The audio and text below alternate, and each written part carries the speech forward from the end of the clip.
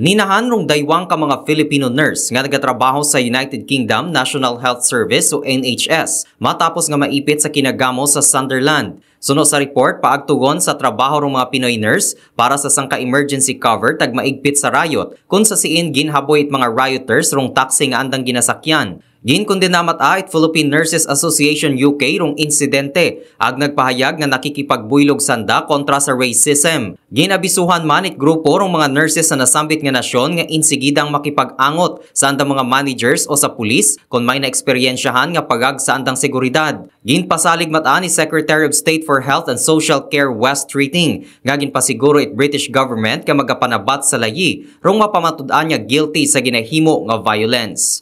Para sa Kampyon nga Balita, Serbisyo Publiko ag Kalingawan sa Kalibo, ako si K5 Rio Trico, K5 News FM.